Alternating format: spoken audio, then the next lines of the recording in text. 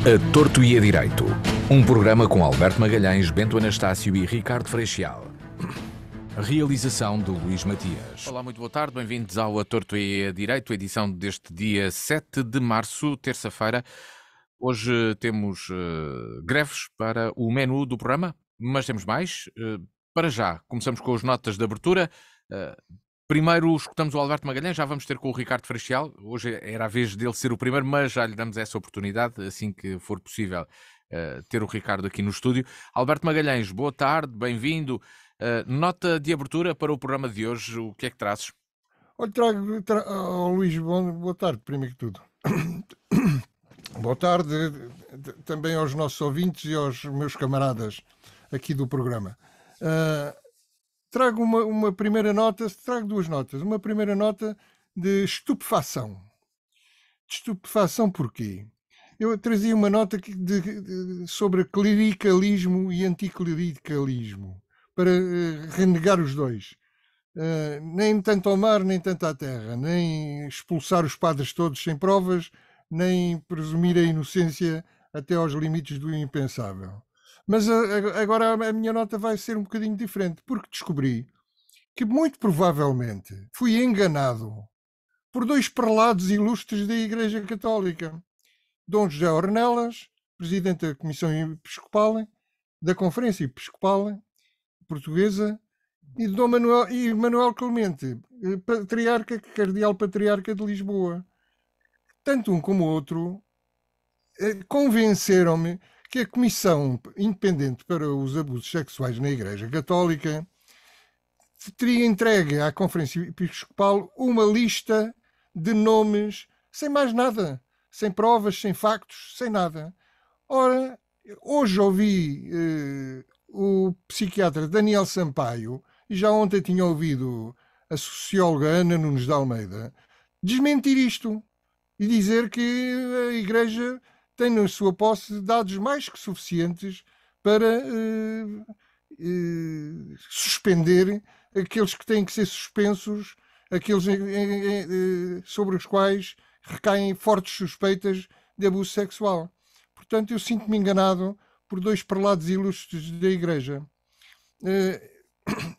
O que não quer dizer que concorde ou que me tenha tornado anticlericalista, isto é, que esteja pronto a defender a expulsão sem mais nada de todos os padres dessa lista de 100 elementos.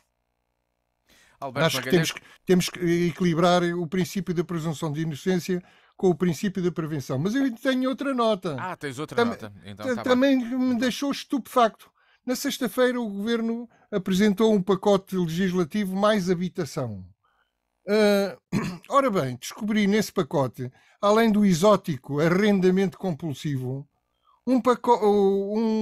uma novidade ainda mais exótica. A garantia de alternativa habitacional. Isto é, se descobrir que num alojamento há sobrelotação, o senhorio é obrigado a garantir uma alternativa habitacional para os que estiverem a mais. Isto é extraordinário. Quer dizer, o senhorio aluga, por exemplo, um T0 ao Chico Esperto. O Chico Esperto subaluga a 3 famílias, vem a fiscalização da Câmara, toca de arranjar, o senhorio arranjar e pagar o alojamento para esta gente toda. Ou então um senhorio aluga um T0 a um casal, o casal procria, tem 3 filhos, já é gente a mais no T0, toca de arranjar um T1 ou um T2 ou um T3. Está tudo maluco. Das indignações ou estupefações do Alberto Magalhães no início desta Torto e Direito, passamos para as notas do Bento Anastácio. Bento, também as tuas notas trazem estupefação ou não? Trazem indignação, sobretudo, mas eu vou, e não é por acaso que o tema se sobrepõe, ou é o mesmo do Alberto. Mas antes disso, queria deixar uma pequena nota de saudação pelo Dia Internacional da Mulher, que amanhã se comemora, e deixar a minha estupefacção, para me juntar ao Alberto, no adjetivo, pelo facto de se ter transformado o Dia Mundial, o Dia Internacional da Mulher numa espécie de jantar das comadres e numa palhaçada completa é que se junta o strip masculino e outras coisas desse género. Dizer que não, isto é um dia de luta, é um dia que foi marcado pelo assassinato de mulheres em luta, não é uma coisa para se transformar no carnaval. E também eu, como Alberto, me senti enganado. Eu sou ateu, como toda a gente sabe, não tenho nenhum empatado com a Igreja Católica Apostólica Romana, a não ser o facto de ser a igreja da minha família e da maioria dos portugueses como tal a respeito. Eu pus demasiadas expectativas no resultado desta coisa.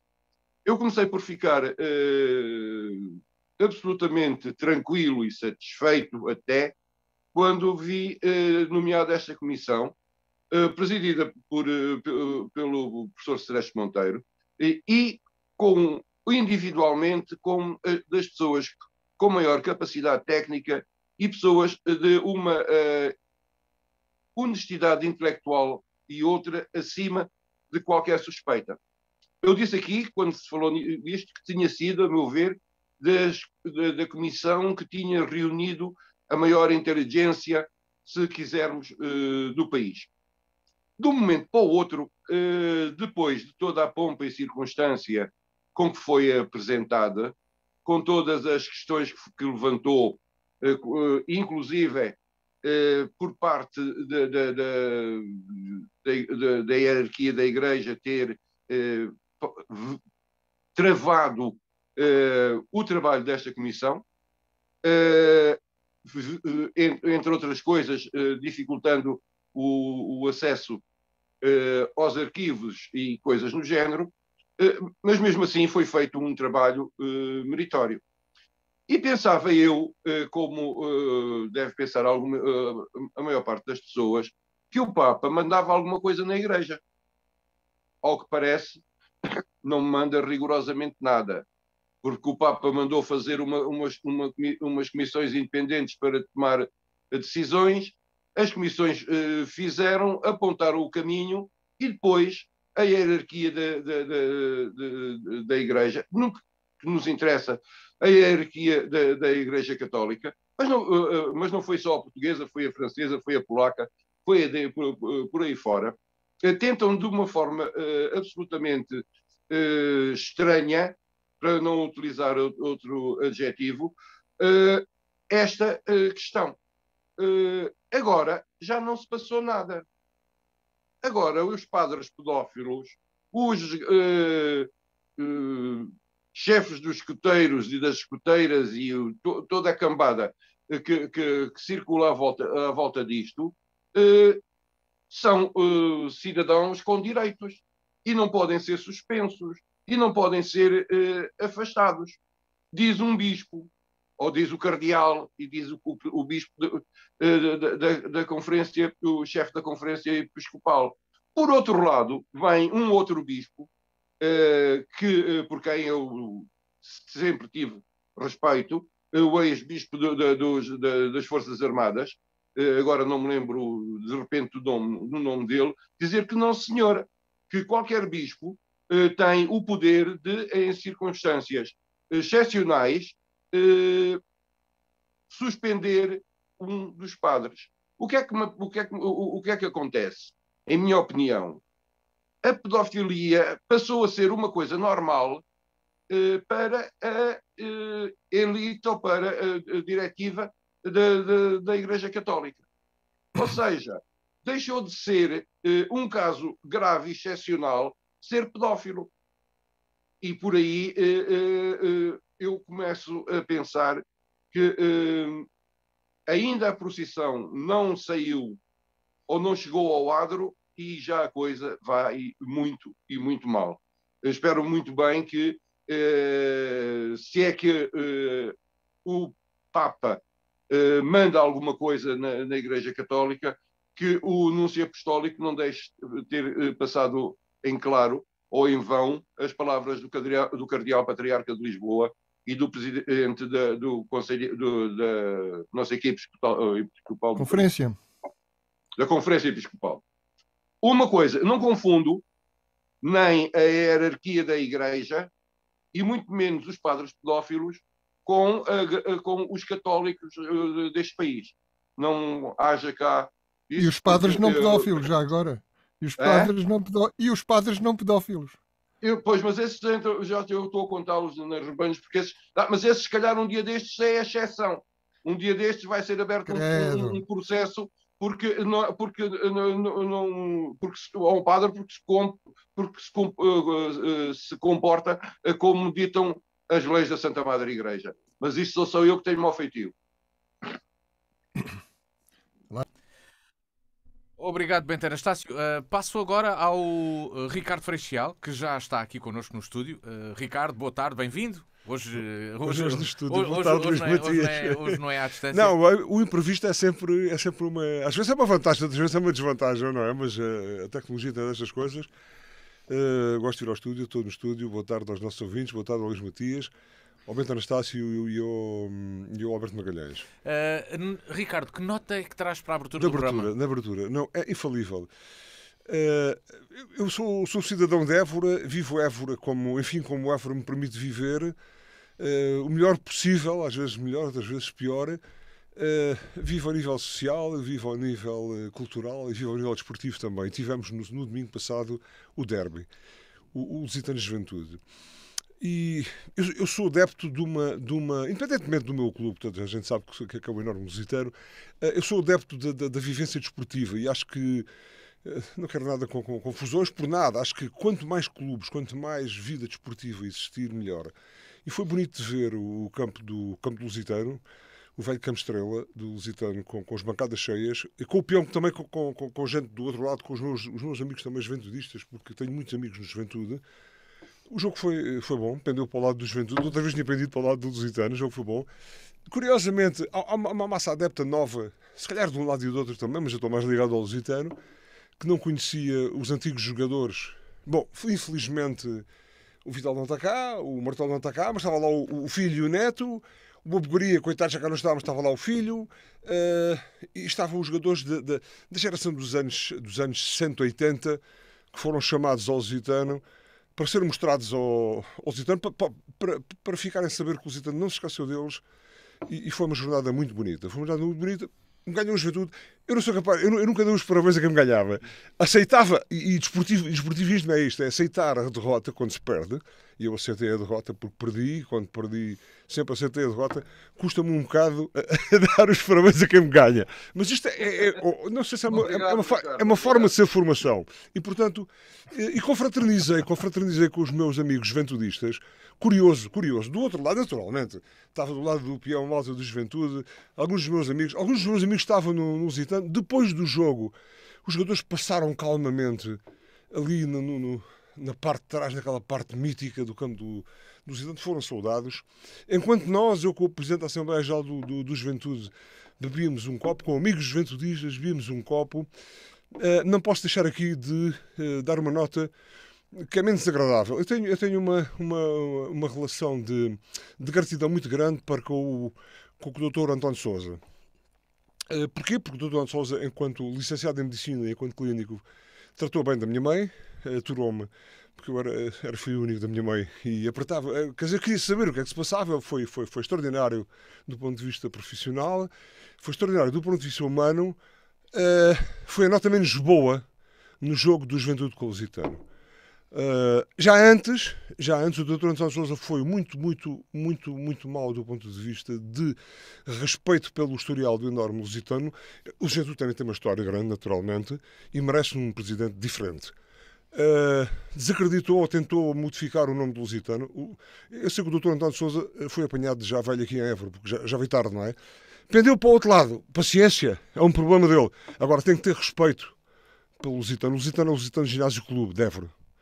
Não é outra qualquer coisa que lhe queiram chamar. E se nós na caserna, na Tasca, podemos ter este tipo de reações, enquanto presidente da instituição não podemos ter. O Juventude merece um presidente diferente e maior do que a história do Lusitano, maior do que a história do jogo de domingo, só puderam ser mesmo as atitudes a roçar a arruaça e a tentativa de provocação baixa e quase a roçar a palhacice do presidente atual do Juventude. O Juventude ganhou bem, o Juventude ganhou, o Juventude é uma instituição com todo o respeito, merece todo o respeito de nós, lusitanistas também, mas tem que ter um presidente à altura. Portanto, a nota negativa daquela tarde muito boa desportiva de domingo foi, de facto, o presidente do Juventude. De qualquer forma, para todos os amigos juventudistas que sabem e que tocaram comigo, então, e que eles estiveram comigo... Esta nota já está esticada. Esticada, mas estivemos até muito tarde a viver. Alguns dos jogadores que tinham sido jogadores também do Juventude, e estavam lá. A prática desportiva é esta, o desporto é isto, menos a arruaça, menos a provocação e menos a palhacice. Portanto, um grande bem-aja ao Juventude. Eu sei lá que cheguemos todos lá acima, não podemos chegar aos dois, mas de facto a nota boa é a vivência desportiva, é Évora a viver desportivamente. Curiosamente não vi nenhum responsável edil no jogo. Não sei se estava, se não. Mas Évora é isto, e parabéns aos dois clubes, às grandes instituições que são, e de facto é pena que existam comportamentos destes por individualidades que deviam estar com mais respeito na prática desportiva e no desporto. Obrigado, Ricardo. A nota de abertura do Ricardo Freixel, uma nota longa. Vamos manter... chegar mais tarde, não é? Exatamente. Vamos manter esta ordem para mantermos aqui a dinâmica do programa e, portanto, eu vou passar para o Alberto Magalhães para iniciarmos o tema das greves non-stop.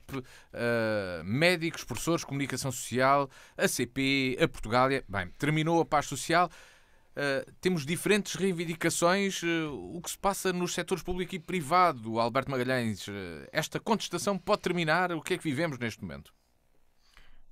Isso são muitas perguntas. Então podemos ir a uma de cada vez. Não é? Podemos ir a uma de cada vez. Sei lá o que se passa. O que se passa é que a malta anda farta da inflação, sobretudo da inflação que nos tira o poder de compra. Anda tudo farto disso. Penso eu, de que depois a geringonça acabou, o Partido Comunista Português voltou às ruas com a CGTP e, portanto, a coisa agita-se ainda mais. Depois, como a malta anda farta, sindicatos como o STOP, que não são da CGTP, ganham dinâmicas inesperadas e, portanto, temos isto. Claro que temos o direito à greve, que é um direito dos trabalhadores duramente conquistado e não podemos prescindir dele. Mas também é preciso dizer que se temos o direito à greve, também temos o direito a dizer mal da greve e a protestar contra a greve, que é o que fazem, por exemplo, as pessoas a quem as greves prejudicam e que não têm culpa nenhuma. Portanto, digamos assim, se nós formos ver bem, a maior parte das greves, embora haja algumas do setor privado, a maior parte das greves são do setor público, pelo menos aquelas que dão mais fezes ao povo. Porque quando é entre patrões e trabalhadores de empresas privadas, a greve traz prejuízos para ambos, não é? Ao passo que quando são greves de empresas públicas, a coisa é entre governo e funcionários públicos, entre governo e trabalhadores protegidos por um estatuto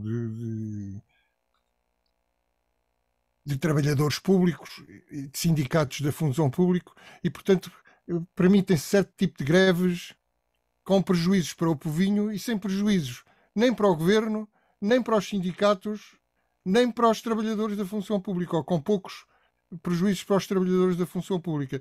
E um dia de salário é pouco prejuízo. Um dia de salário de 15 em 15 dias, ou de mês a mês, e pode-se aguentar durante 1 ano ou 2 de greve. Só que quem não aguenta, por exemplo, são os utentes da CP, que em 30 dias tiveram 15 dias, de chupar 15 dias com os comboios parados. Porque os 14 sindicatos que existem na CP vão fazendo greve à vez e, portanto, cada um faz greve um dia e ao fim de 14 dias já fizeram todos e voltam ao princípio. E a paciência do povinho tem limites, não é? E estas coisas todas contribuem também, e esse é um prejuízo para a democracia, contribuem também para que as pessoas comecem a fartar dos partidos tradicionais e comecem a procurar partidos alternativos. E é uma pena. Em relação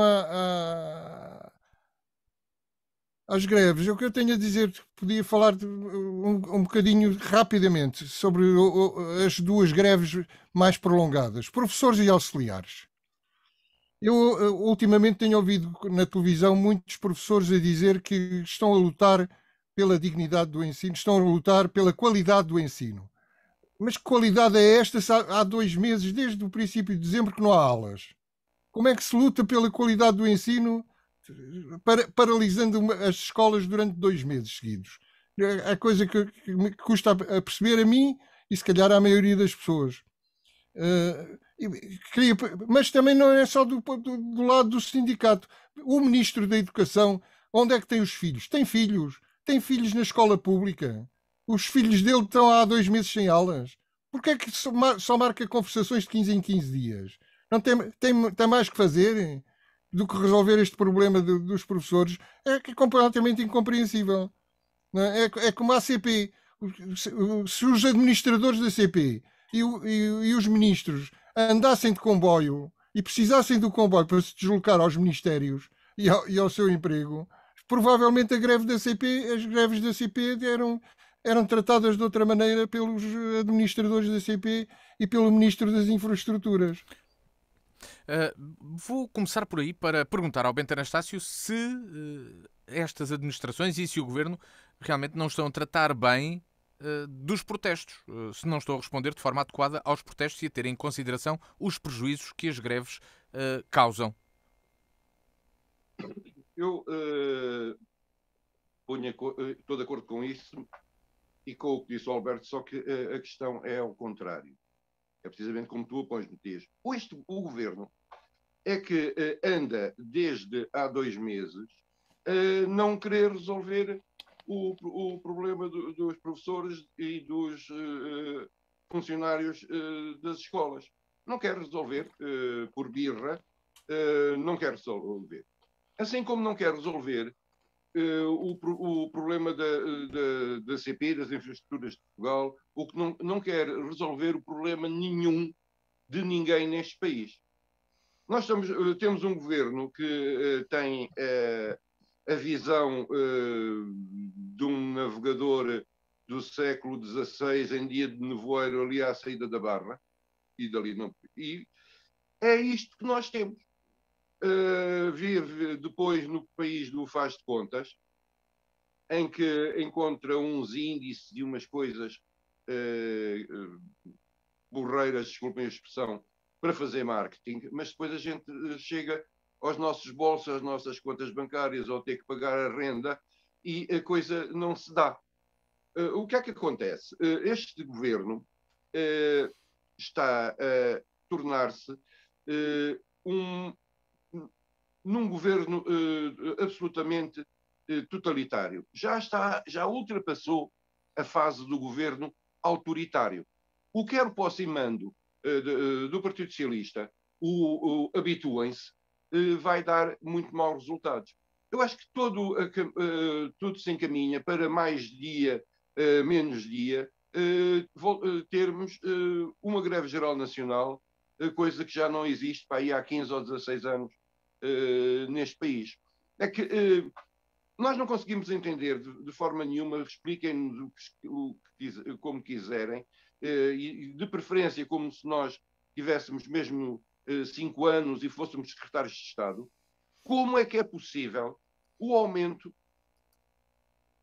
desmesurado dos bens alimentares neste país? E o que é que o governo tem feito a não ser esconder a cabeça debaixo da areia, a dizer não, a inflação baixou, a inflação baixou, a inflação baixou. Eu acho que o Costa vive, de facto, no país da costice e, pelo caminho que isto leva, a solução para acordar o Costa passa pela greve geral nacional. Uma greve geral nacional. Ricardo Freixal, Nós tivemos, antes deste governo de maioria absoluta, já tivemos outros 3 governos com maioria absoluta. Também nesses governos de maioria absoluta, 3 governos, um do Sócrates e 2 do Cavaco Silva. Sim, está bem. Não é? Portanto, eu estou a contar... Não está a contar com a geringonça. A geringonça não é... Não, exatamente. A geringonça não conta, não é? Mas isto porquê? Porque... Eu disse propositadamente a geringonça. Estou a perceber. Mas neste caso, Ricardo, já tivemos estas circunstâncias semelhantes, também com diversas greves, diversos protestos. Será que é algo que é recorrente, este tipo de protesto, no início de um governo de maioria absoluta e também de braço de ferro mais forte entre um governo de maioria absoluta e reivindicações sociais? Ou vivemos um momento diferente neste momento? Eu acho que vivemos um momento diferente. Eu partilho um pouco daquilo que os meus colegas disseram, nomeadamente aquilo que o Alberto Magalhães disse. As pessoas estão fartas, não é? E estão fartas. Eu meti o problema da geringonça propositadamente, porque às vezes há desculpa por parte de alguns dos nossos governantes de que não podem governar porque sentem a oposição, e há uma oposição que os impede de delinear e de impor estratégias. E quando existem governos de maioria absoluta, não há essa possibilidade de defesa. Não é? Portanto, as coisas falham porque estão a falhar há muito tempo. E o problema da greve dos transportes, da CP, o problema da TAP, da mudança dos CEOs, enfim, da SATA para aqui, dali para a SATA, é um problema naturalmente de colocação essencialmente política e de cartilha, de partido, de cartão, e que não é produtivo, que não resulta bem para a resolução dos nossos problemas. E depois, o velho ditado, quer dizer, casa onde não há pão, todos ralham e ninguém tem razão. Os recursos são escassos, ainda por cima, são utilizados de uma forma pouco eficiente, e quem sofre somos nós. E às tantas, o povo, o utilizador, não aguenta mais, estrabucha e faz aquilo que for preciso. E somos pacíficos, temos sido pacíficos, vamos primeiro pelas formas de contestação que temos à nossa disposição, mas isto não é um bom sintoma. E nós há muito tempo aqui que vamos falando. O autor tinha dito que não é só um problema que fala, não é um problema só que fala mal. Muitas vezes estamos aqui relevado aspectos positivos, mas neste momento, infelizmente, esta contestação é transversal, o mal-estar é transversal às diversas atividades, é no ensino, porque é no ensino a nível secundário e complementar, e é também a nível universitário, nunca trouxemos para aqui, mas também não é bom. As universidades não estão a viver bem. E isto é um sintoma mau. A habitação não tem estratégia, os transportes não têm estratégia. Enfim, quer dizer, há qualquer coisa que está a falhar, ou está a falhar tudo. E está a falhar tudo porque eu tenho defendido muito isso. Eu, neste momento, entendo que o combate político passou a fase um bocado do combate político. Embora tenhamos setores, cada um de nós está no seu setor, está no seu quadrante político, mas neste momento há coisas que já passaram. O que nós temos que fazer agora aqui é colocar formas de governar bem, e algumas das ideias podem ser transversais aos vários setores, aos vários quadrantes políticos. E não são. Porque não são pensados. Porque a maior parte, com todo o respeito, mas hoje em dia temos uma classe política que é pouco competente. Eu não quero dizer que seja incompetente, porque quem sou eu agora para julgar a competência de alguns. Mas pela praxis política deles, e por aquilo que eu não vejo na resolução de problemas da saúde, na resolução de problemas do ensino, na resolução de problemas dos transportes, na resolução de problemas das vias, por tudo o que eu não vejo, eu não posso estar satisfeito, não posso estar contente. E, portanto, quando for preciso, Bento Anastácio, quando for preciso eu vou para a rua também. Aliás, eu estou sempre na rua. Eu estou sempre na rua. Estou sempre na rua e... Não, porque de facto isto... Quer dizer, é que já não é só... Não sou só eu concordo com o Alberto Magalhães. De facto, não pode haver qualidade de ensino quando há 2 meses não se tem aulas. Não se podem cumprir programas, não se podem... Vão havendo. Percebe? Não pode. Não há aulas, portanto, mas vão havendo. Há pouco. Agora, de facto, a indignação é grande, a qualidade de vida e o respeito é pouco... E depois não vemos à frente dos ministérios pessoas que se nos impõem pela sua capacidade de Então, liderança, pela sua responsabilidade, pela sua competência. Vamos ouvir o Alberto Magalhães. Só uma coisa. Ricardo, quando for essa altura, bem-vindo à rua. E Estou sobre na rua. o autor teu direito, dizer mal, a gente bem queria dizer bem, eles é que não nos deixam. Nada. O Bento é só um homem da rua. Bem, a malta então, queria dizer bem, mas não nos deixam. Se até temos esta mobilização do Ricardo para ir para a rua, Alberto Magalhães, já o Ricardo fala no bom governo, já o Aristóteles falava disso, o bom governo. Mas quando é que poderão terminar estas contestações, ou como é que podem terminar? Mais do que quando, é como é que podem terminar. Eu tento aqui ir outra vez a essa memória que eu não consigo ter, confesso, nem fui à procura dessa informação, do que aconteceu noutros governos realmente de maioria absoluta, para tentar comparar. Mas será que vai ter de existir uma solução ou não? Bem, solução haverá, não sei, mas qual é que será? Mais tarde ou mais cedo a coisa muda. Não é? Mais tarde ou mais cedo. Vai dar fita, vai dar fita. Epá, se o Partido Socialista continuar a cair nas sondagens, é provável que o governo ceda aos sindicatos dos professores. Se não se cair mais e começar a subir, é provável que os professores tombem por exaustão. Achas que vai ser uma questão de focus group? É isso? Não, acho que sim, acho que pode ser uma questão de focus group. Mas, Alberto Magalhães, o problema da credibilidade do governo não passa só pela cedência aos professores, não é? Infelizmente há muito mais coisas. Claro que há mais coisas, não é? Mas eu também não quero exagerar e não quero dizer, como o Bento disse, que o governo já não é autoritário, que é totalitário. Totalitário é o Putin. O Putin é que é totalitário. O António Costa tem algum pendor autoritário.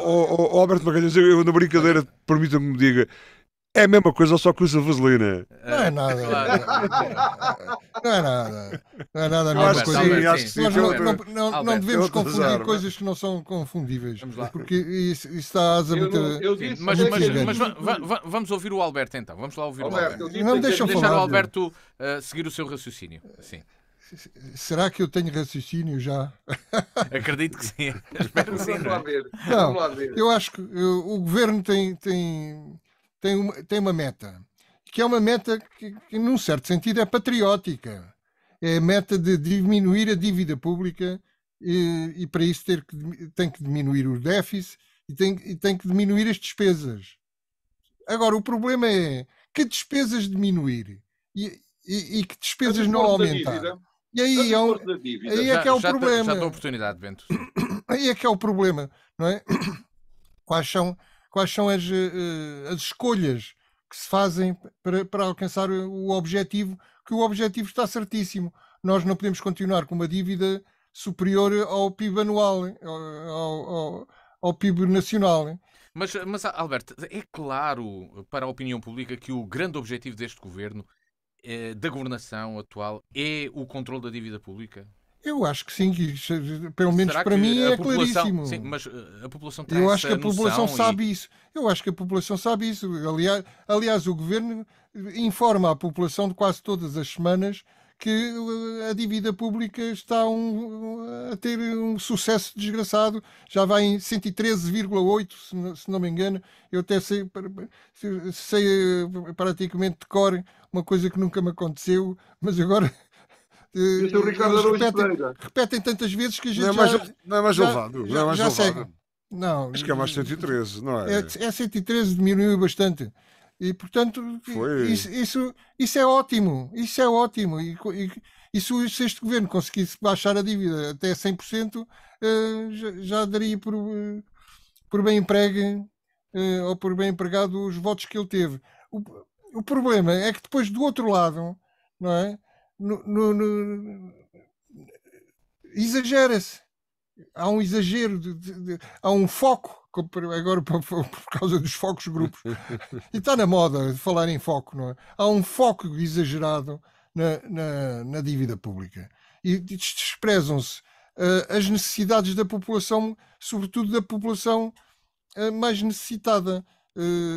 com mais problemas económicos, com mais problemas financeiros, ou seja, a classe média baixa e os pobres. E pobres, há muitos. Como isto é um país de pobres, não é? Embora eu não tenha certeza do que vou a dizer, ouço dizer que quase metade da população portuguesa, se não fossem as ajudas do Estado, eram pobres. E portanto, isto é um problema muito delicado e o governo não tem tido a habilidade de nos convencer que está a fazer o equilíbrio justo entre a necessidade de baixar a dívida e as necessidades das pessoas.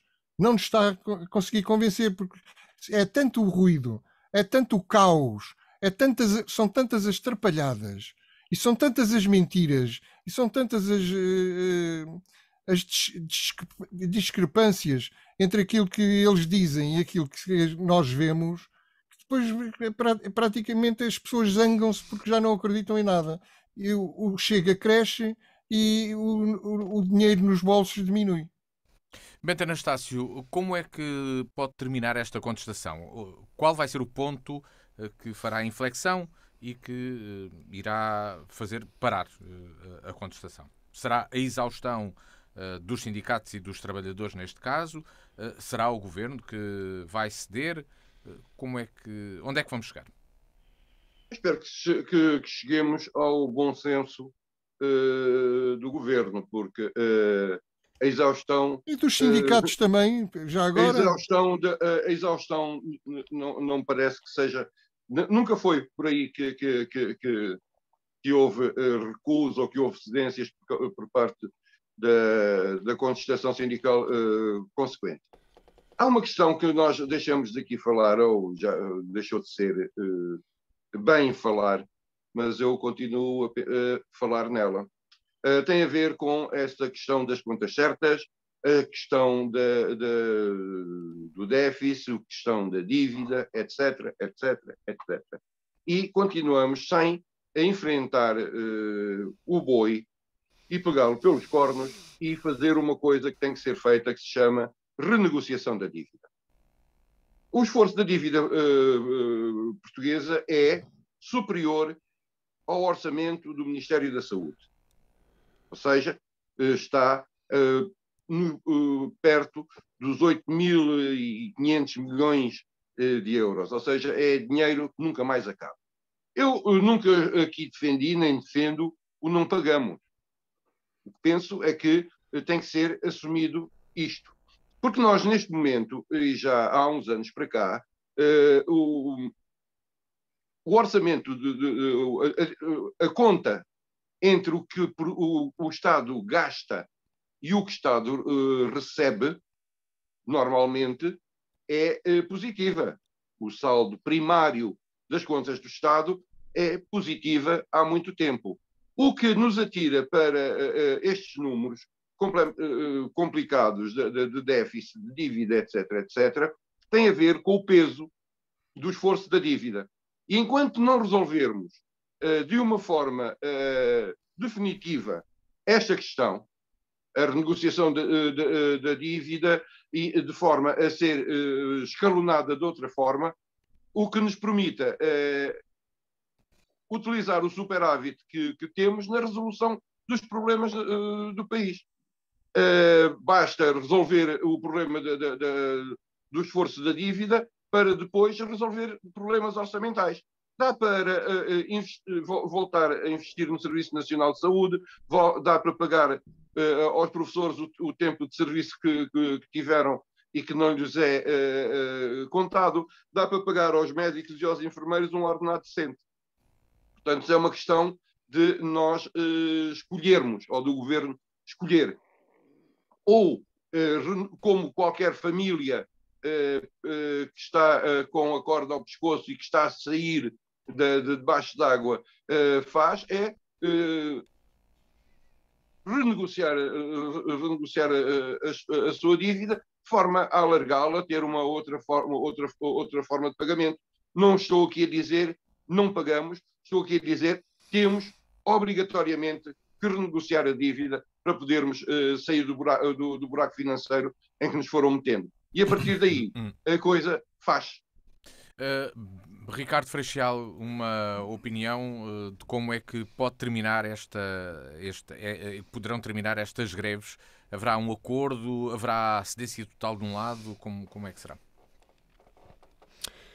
O que eu gostaria mesmo é que estas greves servissem para, de uma vez por todas, as políticas e as estratégias fossem delineadas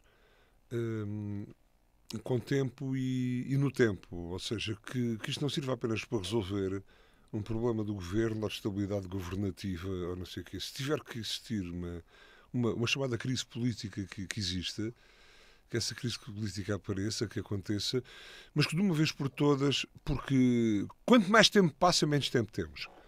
E, portanto, de uma vez por todas, se estas greves são o resultado da insatisfação dos intervenientes, dos cidadãos, do povo em geral que trabalha nos diversos setores, então que, de uma vez por todas, que comecemos a criar infraestruturas, a criar condições, porque isto é o que eu digo, quer dizer, quanto mais tempo perdemos nisto, mais andamos, menos resolvemos, pior qualidade de vida vamos ter, pior ensino vamos ter, pior saúde vamos ter, e portanto isto não passa pela resolução do problema do Ministro da Educação, não passa pela resolução do Ministro Costa, nem passa pela resolução dos outros ministros que não existem, é que alguns nem existem sequer, não os conhecemos, nem fazem nada. É que não fazem a ponta do chaveiro, com todo o respeito. E, portanto, ou isto de facto serve, e isto é que isto devia servir para, de uma vez por todas, se pôr ponto final nesta onda de indecisão, de pouca decisão, de incompetência, de pouca competência,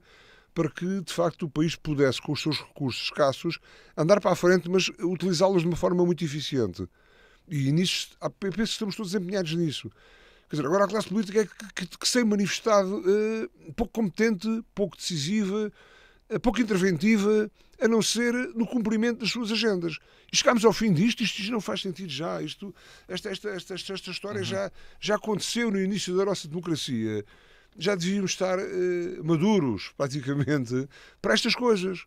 Portanto, e se esta onda de contestação for um reflexo dessa maturidade política e de cidadania, então que se agudize e que vá até ao fim para, de uma vez por todas, pôr fim a esta atrapalhada. Ouça, vamos falar da TAP a seguir e das obras paradas e das obras de Évora e disso tudo. É o resultado da atrapalhada, é o resultado da não quero que esgote aí os argumentos. Não, mas é o resultado da atrapalhada, é o resultado da atrapalhada, é o resultado da falta de estratégia e é o resultado de andarmos aqui a trocar. Andamos aqui a navegar, como dizia o Bento há pouco, a navegar à vista, ainda por cima, com pouca vista, com nebulosidade. Entramos na última parte deste Torto e a Direito com Ricardo Freixal, Alberto Magalhães e Bento Anastácio. Já falámos das greves non-stop, médicos, professores, comunicação social, Portugália e da expectativa de como é que podem terminar ou quando e até de quando é que podem terminar. Passamos para o tema que nos traz o Ricardo Freixal. Ele já aqui antecipa um pouco o tema, quer falar sobre a TAP. Não sei se vai aqui meter também a exoneração da administração da TAP, mas sou o primeiro. Exatamente, o tema é seu. O Ricardo fala de estratégia ou da falta dela, mas também no restante setor dos transportes. No restante, eu agradeci muito o empenho do Alberto Magalhães. Aliás, o Alberto Magalhães, aqui com todo o respeito pelo Bento e pelo Luís Matias, é a voz da nossa consciência. Como se prepara muito bem. Não me comprometa. Não, isto é muita responsabilidade. E como nós aqui falharmos, o Alberto tem que resolver o problema. Porque tive um fim de semana ativo do ponto de vista cultural também, do ponto de vista desportivo. Cada um tem que fazer a sua parte no Évora, capital da cultura de 2027. Eu estou a tentar cumprir a minha. Tenho amigos que estão comigo, gostam de estar comigo ao fim de semana, a falar de coisas banais, coisas normais. E estava completamente fora de que tinha que ser eu que indicava o tema. Portanto, obrigado ao Alberto Magalhães. E aproveitei a TAP para falar dos temas dos transportes em Celato, dos transportes, das vias de comunicação, porque, sei lá, e quando falo das vias de comunicação, das ferrovias também, que praticamente existem só nos traçados mais principais, porque também a esse nível... Bom, esta coisa da TAP é uma atrapalhada, não é? É uma atrapalhada, mudam os CEOs, mudam. Mas quer dizer, a TAP aquele emblema que a TAP era para nós em termos de país deixou de ser, infelizmente. Hoje, quase todos nós, com pena, procuramos escolher outras companhias porque a TAP está cheia de problemas. Depois aparecem os problemas das faustosas indenizações por serviços precários. Quer dizer, tudo isto denota falta de imaginação, falta de estratégia. Como, por exemplo, sei lá, o IP2 pensado que está a prejudicar inúmeros proprietários, grandes, pequenos, médios, e a via não está feita e continua a ser uma via com alguma perigosidade em termos de trânsito. E depois, eu soube que ainda hoje em dia houve uma manifestação dos moradores ali da zona da Garraia, que, bom, havia esta coisa dos transportes, da ferrovia, desta nova rede ferroviária, não foi pensada há 2 dias. E ouça, toda aquela gente mudar o seu modo de vida, mas é uma questão de mudar as suas acessibilidades, porque as pessoas mudam, têm a capacidade para mudar, é mudar com perigosidade, é mudar para pior. Aquelas vias que são municipais, às quais a edilidade não devia ser alheia, e eu sei que hoje não esteve ninguém presente e sabia, foram convocados para estar naquela reação, mais uns que contestam, naquela reação de moradores, e não são poucos, que já estavam prejudicados porque andavam ali a passar buracos e buracos, e neste momento, quando o seu acesso definitivo estiver, bom, uns que vão para um lado, os que vão para casa, estão bem, agora os que têm que sair de casa para o lado de Évora, aquilo está perigoso, está mal, foi mal pensado, se calhar com muito poucos recursos a mais se tinha resolvido o problema, e neste momento está ali um busilis criado. E a estrada municipal de 1090 é municipal. E já é municipal há muito tempo.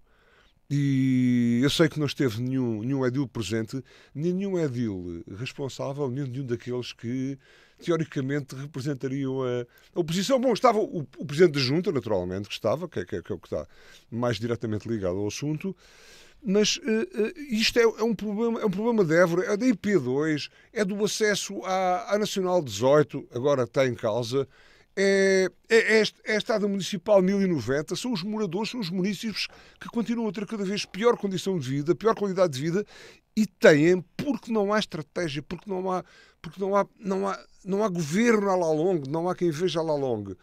E portanto, eu extravaso da TAP, porque infelizmente, já não seria pouco, os nossos problemas não são só a TAP, não são só os transportes aéreos, é uma rede ferroviária que foi desativada e que se calhar fazia falta para dinamizar, nem que fosse hoje em dia só culturalmente e turisticamente, porque temos N monumentos e coisas com interesse do ponto de vista cultural, para não falar já na economia que é cerceada pela falta de uma comunicação. Andar de comboio ou andar as automotoras que serviam as pessoas, há muita gente que se deslocava e que se desloca, e as mercadorias, e portanto a TAP é apenas uma ilha, a parte mais visível, é apenas aquilo que é mais visível do resto que não há. E portanto por isso é que eu generalizei, com todo o respeito pelos meus colegas e pelos nossos ouvintes também, pelo Luís Matias, desalinhei aqui um bocado, mas eu também sou desalinhado naturalmente, não é? Mas gostava de ver isto mais discutido de uma forma mais ampla. Não estamos só aqui, porque o problema hoje é na TAP, amanhã é na CP. Na CP também mudam os CEOs. Vamos ouvir o Alberto, muda então. a gente toda.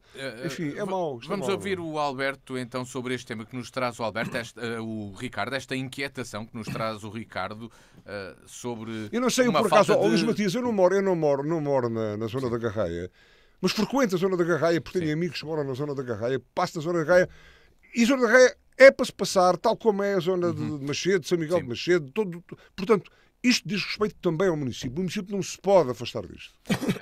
Alberto Magalhães, o Ricardo traz aqui esta sua inquietação com falta de estratégia para o setor dos transportes e também aqui nas infraestruturas. Sentes que existe também aqui um vazio, que não sabe para onde se vai neste setor? Neste e noutros. Sim, mas eu vinha preparado para falar da TAP, porque a TAP é que está a dar neste momento. a Inspeção-Geral de Finanças finalmente mandou cá para fora o seu relatório, para descobrir quem foram os responsáveis pela indemnização milionária à ex-administradora Alexandra Reis.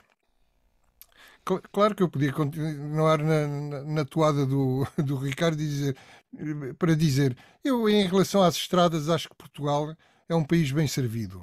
Até talvez bem servido demais, até temos autoestradas a duplicar. Está bem, de autoestradas. Autoestradas vazias. Estradas não são autoestradas. Autoestradas vazias por onde não passam carros.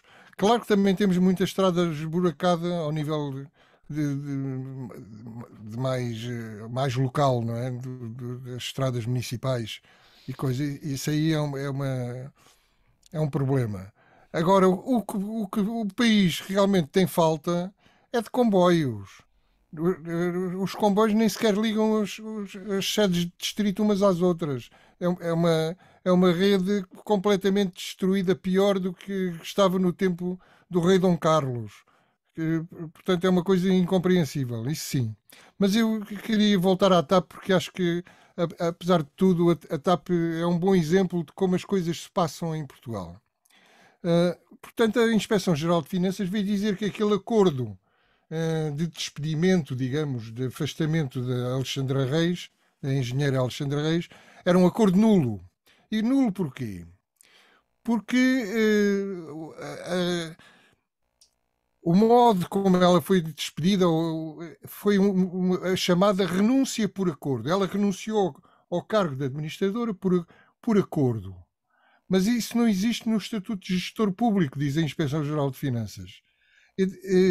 Por outro lado, mesmo que fosse demissão sem justa causa, ou demissão por conveniência, ela não seria conforme à lei. Porquê? Porque não foi o acionista, o Estado, em Assembleia Geral, a demiti-la. E porque a Alexandra Reis, além disso, não estava há um ano no cargo, portanto não tinha direito à indemnização. Isto é extraordinário. É extraordinário porque a TAP contratou um escritório de juristas afamados, de que faz parte o irmão do nosso Presidente da República, contratou precisamente para fazer um acordo legal. E afinal, vimos a saber que o acordo é nulo, na opinião da Inspeção-Geral de Finanças. Quem são os bodes expiatórios que o Fernando Medina, o governo, resolveu criar? Manuel Beja, presidente do Conselho de Administração, e a Christine Urmier Widner, que a tal francesa CEO da TAP. Mas eu diria que há outros responsáveis, por exemplo, a firma de juristas, com o irmão do Marcelo Rebelo de Sousa à cabeça, então ganharam dinheiro, foram contratados e fazem um acordo ilegal. Como é que isto pode ser? Ou será que a Inspeção-Geral de Finanças está errada? Alberto Magalhães, ganharam dinheiro no seu desempenho, enquanto juristas. O seu desempenho, pelos vistos, medíocre ou mau. Sim, mas enquanto desempenho, ganharam dinheiro só aí, não? Claro. Só aí. Eu diria que há outros responsáveis. Além da firma de juristas, o ministro Pedro Nuno Santos, que deu luz verde e logo se esqueceu de que tinha dado luz verde, que é extraordinário.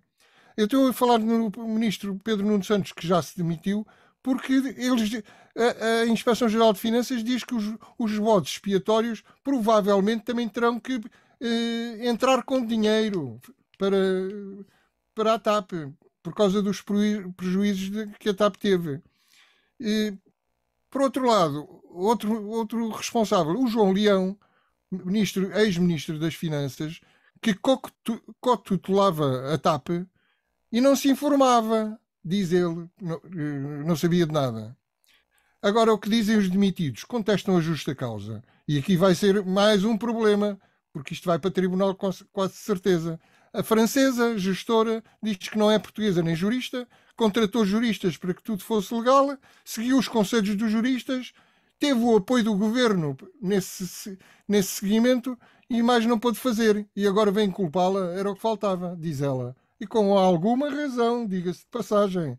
Manuel Beja, que é matemático de formação, diz a mesma coisa. Não sou jurista, eu até era contra a saída de Alexandre Reis, só assinei o acordo por lealdade ao governo, visto que soube que o governo tinha dado autorização para admitir, para fazer o acordo. Portanto, eu assinei o acordo por lealdade ao governo, que me disse para assinar o acordo. Falta-me falar da responsabilidade de Fernando Medina. Fernando Medina até aqui não tem responsabilidade nenhuma. Só que convidou para a Alexandra Reis para secretária de Estado do Tesouro, que tutela a TAP, por acaso. E, portanto, convidou uma pessoa que saiu da TAP, em princípio em conflito com a administração da TAP, para tutelar a TAP. E aí é que ora bem, aqui só há duas hipóteses. Se o Fernando Medina sabia do caso, ele é responsável porque, com muita vontade e sem se impressionar nada com a indemnização milionária, contratou a Alexandra Reis como boa pessoa para o lugar. Se desconhecia o caso, contratou-a com desleixo, porque não tinha nada que desconhecer o caso. Ele é pago como ministro, é para conhecer os casos. Ouçamos então o Bento Anastácio sobre este tema. Bento, que comentário fazes tu a esta situação atual da TAP, também da situação e estratégia nos transportes? Então vamos lá dividir isto assim. Vamos começar pela TAP ou por outra. Começar pela indemnização milionária e pela investigação que foi feita. Eu gostava que entretanto, depois de descoberta a ponta do iceberg, fôssemos a outras investigações de outros despedimentos, que é isto que se trata, nestas grandes empresas. Só na TAP foram mais 11 ou 12. Sim, e agora, se fôssemos dar uma espreitadela aos contratos, às indemnizações de quem o Paulo Macedo, por exemplo, despediu, quando despediu mais de metade da administração da Caixa Geral de Depósitos. Também gostava de dar uma olhadela por aí, assim como gostava de dar uma olhadela a outras coisas destas em todas as empresas públicas deste país. Não é por nada, é só que quando se diz o acionista da TAP, eu sou acionista da TAP. Tenho o número 52, 53, 242, que é o meu número de cartão de cidadão, assim como sou acionista da Caixa Geral de Depósitos. Na minha qualidade de acionista, quero que me sejam dadas algumas explicações. Agora, isto serviu para uma coisa. E depois faz-se muito barulho acerca do chairman, que é quem representa o Estado na empresa, e da Presidente do Conselho da CEO, que obviamente vai pôr a TAP e o governo português em tribunal e que vai receber uma indemnização de milhões. E não vai ser uma indemnização de meio milhão, é de milhões para cima. Isto é tão certo como eu me chamar Bento Anastácio. E depois há uma coisa de que ninguém fala, do único diretor que é nomeado, o único membro do Conselho de Administração, que é nomeado diretamente pelo Ministério das Finanças, que é o diretor financeiro da TAP. Assim como o diretor financeiro da Caixa Geral de Depósitos ou de outra grande empresa pública, tem uma administração, mas que será independente, aquelas coisas que deviam ser as administrações, mas tem um lugar cativo na administração, que é o diretor financeiro. O diretor financeiro responde diretamente ao Ministério das Finanças. E agora eu queria perceber como é que o Ministro das Finanças não tem nada a ver com esta história. Fica essa questão do Bento Anastácio. Que me deixa assim um bocado com a pulga atrás da orelha. Eu bem que depois queria dizer bem de alguma coisa, mas não me deixam. Não, agora não te deixo dizer bem coisa nenhuma, só o Ricardo com 20 segundos para terminar o programa, sim. Nada, há pouco o Alberto Magalhães citou ali várias vezes Bastaldo Rebelo de Sousa, a respeito da ligação dele aos irmãos que são advogados e tal, essa história toda, mas citou Bastaldo Rebelo de Sousa. E eu sinceramente, eu estou farto, não é de Bastaldo Rebelo de Sousa enquanto pessoa, mas é de Bastaldo Rebelo de Sousa enquanto Presidente da República. E outro dia, passou aqui em branco, porque nós fizemos uma semana de pausa aqui durante o Carnaval, mas independentemente de gostar de Carlos Moedas ou não, e Bastaldo Rebelo de Sousa opina sobre tudo, mesmo da forma mais às vezes leviana, às vezes quase patética, e falou qualquer coisa acerca da integração dos imigrantes em Lisboa, e adorei que tivesse alguém, neste caso foi Carlos Moedas, que lhe disse: atenção, eu sou casado com uma imigrante, sou genro de um marroquino, a minha sogra é tunisina e não recebo a respeito destas matérias lições de ninguém. Ou seja, as lições têm que ser bem dadas para ser bem aceitas e nesse aspecto também estamos aqui a dever muito a um Presidente da República que não temos, que não é atuante e que privilegia o acessório em detrimento do essencial. Nós, 2, 8 dias, voltamos para mais um A Torto e Direito com Alberto Magalhães, Bento Anastácio e Ricardo Freixal. O encontro está marcado consigo aqui nos 94.1 e em dnfm.com. Boa tarde e bom resto de terça-feira. Boa tarde, saúde. A Torto e a Direito. Um programa com Alberto Magalhães, Bento Anastácio e Ricardo Freixal. Realização de Luís Matias.